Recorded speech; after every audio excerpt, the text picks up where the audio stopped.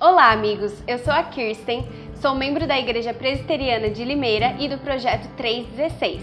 Sejam bem-vindos a mais um vídeo da série Mulheres da Bíblia. Hoje vamos falar sobre a vida da irmã de Moisés e Arão, uma líder nata. A história dela está registrada nos livros de Êxodo e Números, que nos contam sobre a saída do povo de Israel da terra do Egito. Você já conhece essa mulher?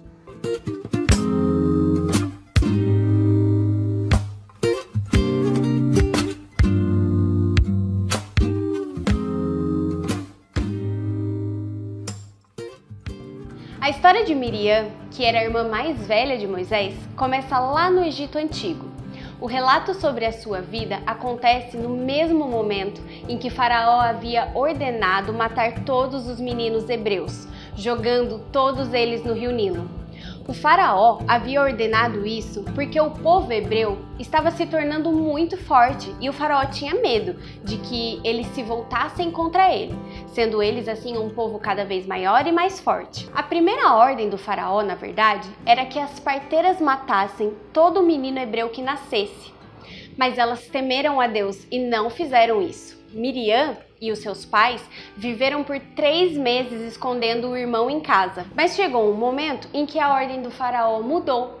E agora não eram mais as parteiras que deveriam matar os meninos assim que eles nascessem. Todos os bebês meninos deveriam ser lançados no rio. Moisés era apenas um bebê, mas Miriam já tinha idade suficiente para entender tudo o que estava acontecendo. Ela presenciou todo o trabalho que a sua mãe Joquebede teve para preparar um cesto de junco que abrigou Moisés quando ele foi lançado nas águas do Nilo. O capítulo 2 do livro de Êxodo relata que a irmã mais velha do menino foi quem acompanhou de longe o que acontecia com Moisés. A força e a sagacidade dessa garotinha é de se admirar. Mesmo presenciando o cumprimento dessa ordem cruel de Faraó, e vendo os meninos sendo lançados no rio e as mães chorando desesperadamente pela morte dos seus filhos, ela teve a decisão de acompanhar o seu irmão enquanto ele descia pelo Nilo. E não somente acompanhá-lo, Miriam foi destemida. A história nos conta que no momento em que a filha do faraó encontra e percebe que havia um bebê no cesto, no mesmo momento Miriam se aproxima dela e se oferece para buscar uma mulher hebreia para que amamentasse e criasse o menino. Quando a filha do faraó concordou com isso, quem Miriam foi buscar?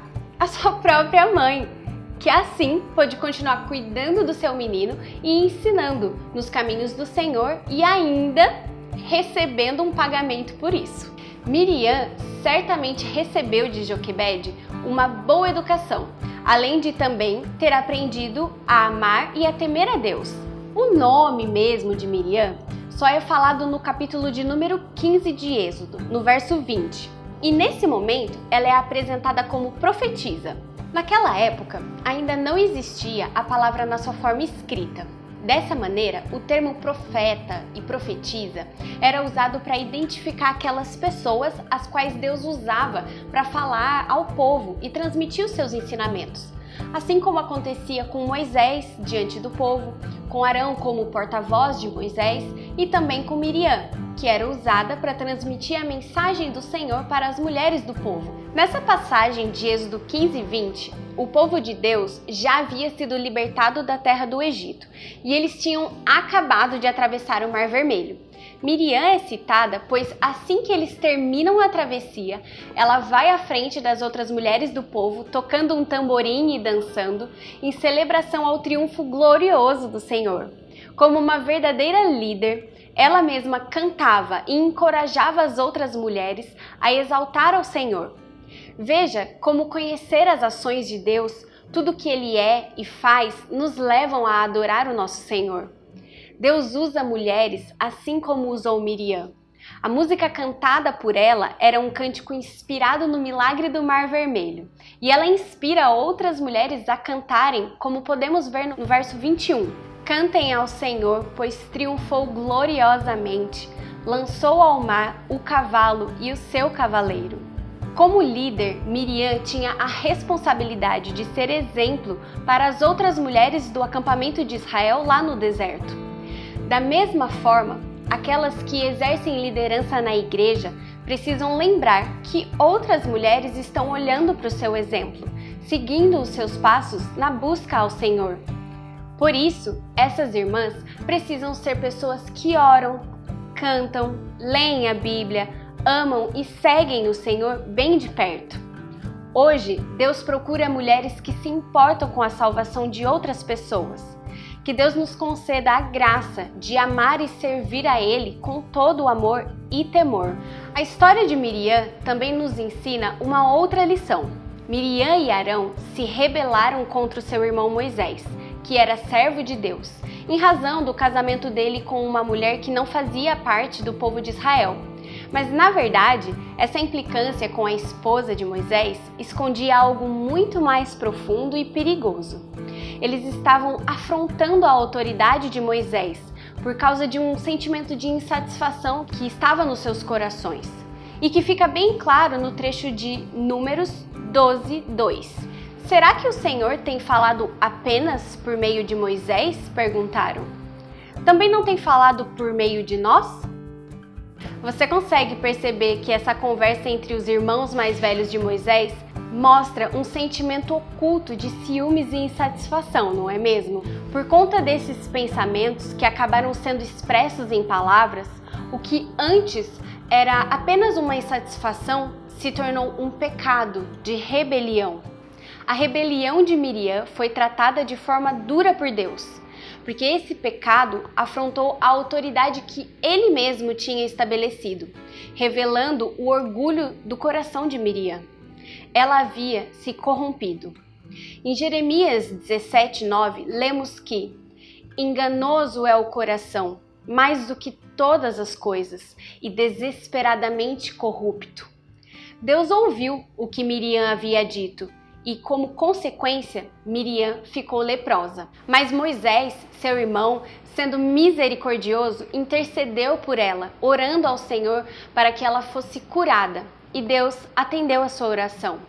Ainda assim, ela teve que ficar fora do acampamento israelita por 7 dias.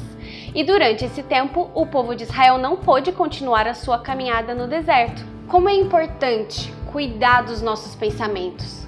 O que Miriam pensou e sentiu no coração acabou falando em palavras dentro da sua tenda. E isso não apenas ofendeu a Deus, como também atrasou a jornada do povo de Deus no deserto. Miriam deve ter se sentido muito envergonhada e humilhada. Como diz em Romanos 12:2, e não vos conformeis com este século, mas transformai-vos pela renovação da vossa mente, para que experimenteis qual seja a boa, agradável e perfeita vontade de Deus. Temos aqui uma importante lição a aprender. Precisamos cuidar dos nossos pensamentos e nunca permitir que eles sejam corrompidos, pois eles geram em nós tudo o que sentimos e é isso que nos leva a agir. E como vocês viram, os resultados das nossas ações sempre chegam.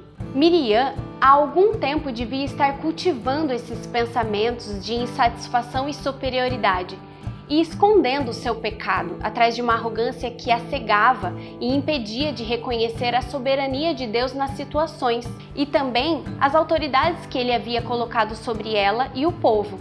O Senhor foi ainda mais gracioso, deixando para nós esse conceito bem claro em Romanos 13, verso 1 e 2. Todo homem esteja sujeito às autoridades superiores, porque não há autoridades que não proceda de Deus, e as autoridades que existem foram por ele instituídas, de modo que aquele que se opõe à autoridade resiste à ordenação de Deus, e os que resistem trarão sobre si mesmos condenação.